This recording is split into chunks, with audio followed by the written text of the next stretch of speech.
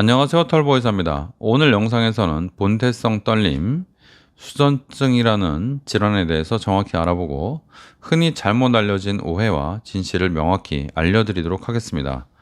본태성 떨림은 수전증이라고도 부릅니다. 아무 곳이나 떨릴 수 있지만 주로 손이 가장 많이 떨리기 때문입니다. 본태성 떨림은 신경계 이상으로 인해서 신체 일부가 자신의 의지와 상관없이 떨리는 질환입니다. 흔히 노인에게만 생긴다고 생각하거나 치료가 불가능하다고 생각하는 분들이 많지만 사실과 다릅니다. 본태성 떨림의 올바른 정보와 정확한 진단 및 치료 방법까지 자세히 알려드릴 테니까요. 끝까지 시청해 주시기 바랍니다. 첫 번째, 본태성 떨림은 노인에게만 생긴다는 오해가 있는데요. 본태성 떨림이 주로 고령층에서 흔히 발생하는 것은 사실이지만 나이에 상관없이 누구나 이 질환을 겪을 수 있습니다. 특히 가족력이 있는 경우라면 젊은 나이나 심지어 청소년기에도 손이나 팔이 이렇게 떨리는 증상을 경험할 수 있습니다. 연령과 무관하게 증상이 발생할 수 있으므로 본태성 떨림이 의심되는 증상이 나타나면 조기에 정확한 진단과 치료를 받는 것이 매우 중요합니다. 나이 탓으로 여기며 방치하면 조기에 치료받을 기회를 놓칠 수 있기 때문에 증상이 있다면 나이와 관계없이 적극적으로 상의하는 것이 좋습니다. 두 번째, 본태성 떨림은 단순한 신경질환이 아니라는 이유를 설명해 드립니다. 본태성 떨림은 신경이 일시적으로 예민해져서 나타나는 단순한 질환이 아니고요. 뇌의 특정 부위에서 이상 활동으로 인해서 발생하는 복잡한 신경학적 질환입니다. 특히 손해와 시상액 같은 뇌의 깊은 부위에 신경회로가 문제가 생겨서 나타나기 때문에 방치하면 시간이 지날수록 증상이 점점 더 심해질 수 있습니다. 단순히 일시적인 스트레스나 긴장으로 인해서 생기는 떨림, 커피를 많이 먹어서 생기는 그런 일시적인 떨림과는 다르게 본태성 떨림은 의학적 진단과 적절한 치료가 필요합니다. 따라서 지속적인 떨림이 계속 있다면 정확한 원인을 파악하기 위해서 의사와 상담하는 것이 반드시 필요합니다. 세 번째, 본태성 떨림도 충분히 관리 가능한 질환이라는 사실을 꼭 아셔야 됩니다. 많은 사람들이 본태성 떨림은 치료가 불가능하다고 생각하지만 잘못된 오해입니다. 완전한 완치는 어렵더라도 증상을 충분히 관리하고 일상생활의 불편함을 크게 줄일 수 있는 다양한 치료 방법이 존재합니다. 대표적인 치료 방법으로는요, 베타블로커를 주로 쓰는 약물 치료와 그리고 수술 대신에 수술에 비슷한 효과를 얻을 수 있는 초음파 집속 치료, 그리고 생활 습관 교정이 있습니다. 수술 치료도 물론 있죠. 약물 치료로 증상을 효과적으로 보통은 완화할 수 있고, 최근에는 초음파 집속 치료가 아주 좋은 평가를 얻고 있습니다. 적극적으로 의료진과 상의해서 본인에게 맞는 치료법을 선택하면 불편함을 최소화할 수 있습니다.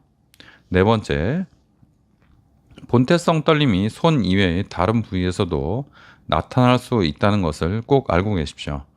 본태성 떨림이 주로 손에서 나타나기 때문에 손에만 있는 줄 아시는데 그렇지 않고 머리, 목, 턱, 목소리가 떨릴 수 있어요.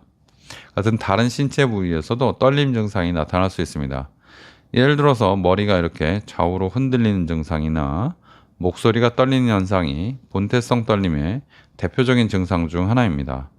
이런 증상을 단순히 긴장이나 피로 때문이라고 오해하면 진단이 늦어질 수 있기 때문에 손 이외의 부위에서도 떨림 증상이 나타난다면, 특히 목소리가 떨린다면 의사와 상의하는 것이 중요합니다. 개별적인 증상에 맞춘 치료 계획을 세워야 증상을 효과적으로 관리할 수 있기 때문입니다. 다섯 번째, 본태성 떨림의 증상은요, 사람마다 다 다양합니다. 모든 환자에게 이렇게 동일하게 나타나지 않아요. 사람마다 증상의 강도, 떨리는 부위, 발생 빈도, 시간 이런 게 다 다르게 나타날 수 있습니다.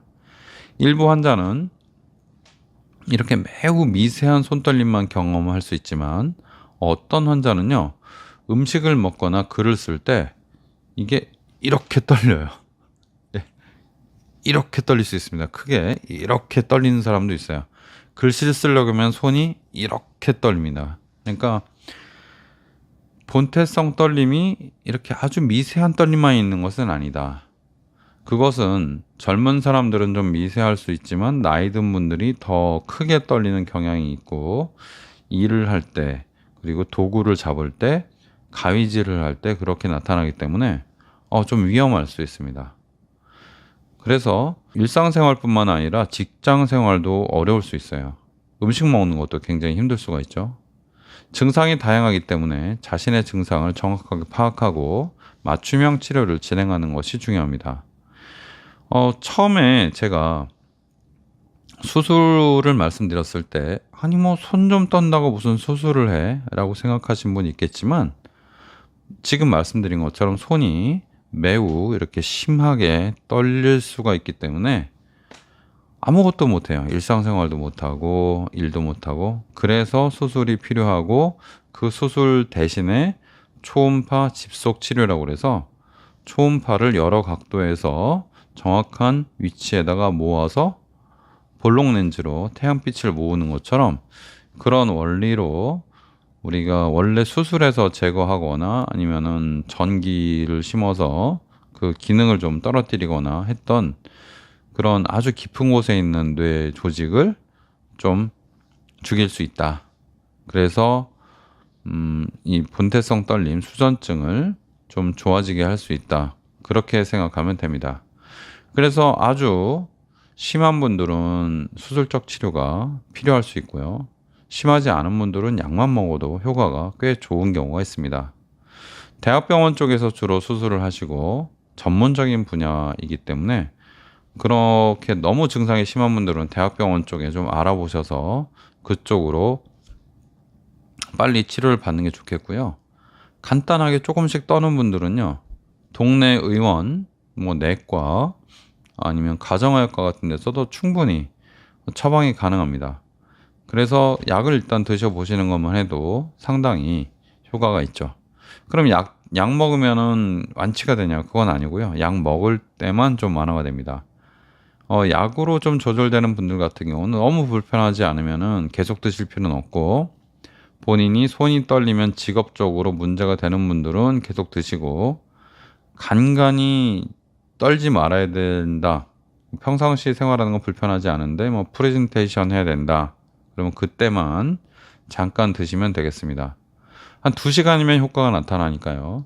어떤 강의 전이나 아니면 본인이 어디 나가서 뭘 해야 된다고 하면 한 서너 시간 전에 드시면 좋을 것 같습니다. 오늘의 내용을 요약해 드리겠습니다. 본태성 떨림은요, 즉 수전증은 연령에 관계없이 누구나 겪을 수 있는데 청소년기에는 좀 미세하게 젊은 사람들은 떨리는 편이고, 나이가 드신 분들은 미세하게 떠는 듯 하지만 훅 갑자기 동작이 커지는 그런 경향이 좀 있다는 거 알고 계시고, 손뿐만이 아니라 머리, 턱, 목소리 그런 게 떨릴 수 있다. 기억하시기 바랍니다. 치료가 불가능하다는 오해와는 달리 증상을 관리하고 삶의 질을 높일 수 있는 효과적인 치료법이 약물 치료부터 해서 수술까지 다양하게 있습니다. 증상이 있다면요, 의사의 진단을 받고 자기에게 가장 맞는 치료를 시작하는 것이 중요합니다. 본태성 떨림, 수전증으로 고민하고 있다면 증상이 심하든 약하든 혼자 고민하지 마시고 의사와 상담하시고 삶의 질을 회복하시면 되겠습니다. 너무 이렇게 심한 떨림이 있는 분들이 있어요. 정말 너무 위험할 정도로. 그분들은 대학병원 가셔서 좀 수술적 치료나 그런 쪽을 상의하시면 좋을 것 같습니다. 포기하지 마시고 치료를 위해서 최선을 다하다 보면 좋은 결과 있을 거라고 생각이 됩니다. 오늘은 본태성 떨림, 수전증에 대해서 여러분과 같이 얘기를 나눠봤습니다. 털보 의사였습니다.